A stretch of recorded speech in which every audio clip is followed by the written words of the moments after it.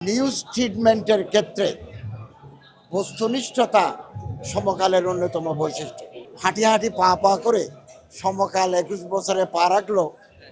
তো আমি আমার মন্ত্রণালয়ের পক্ষ থেকে, আমার ব্যক্তিগত পক্ষ থেকে অভিনন্দন জানাই।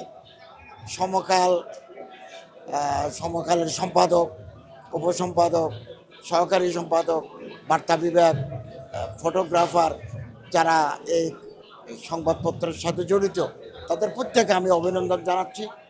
এবং নিউজ ট্রিটমেন্টের ক্ষেত্রে বস্তুনিষ্ঠতা সমকালের অন্যতম বৈশিষ্ট্য। এবং সম্পাদকীয় উপসম্পাদকীয় ক্ষেত্রেও ওনারা অনেকটা নিরপেক্ষতা বজায় রাখেন।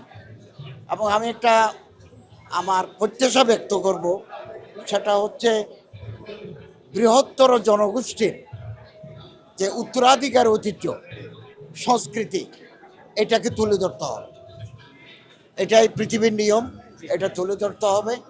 এবং আমরা একটা গণতন্ত্রের পথে আমরা যাত্রা করেছি।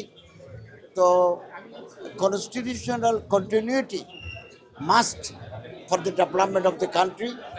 এই সাংবিধানিক ধারাবাহিকতা রক্ষার ক্ষেত্রে সমকাল গুরুত্বপূর্ণ ভূমিকা পালন করবে, এটা আমার মনে হয়।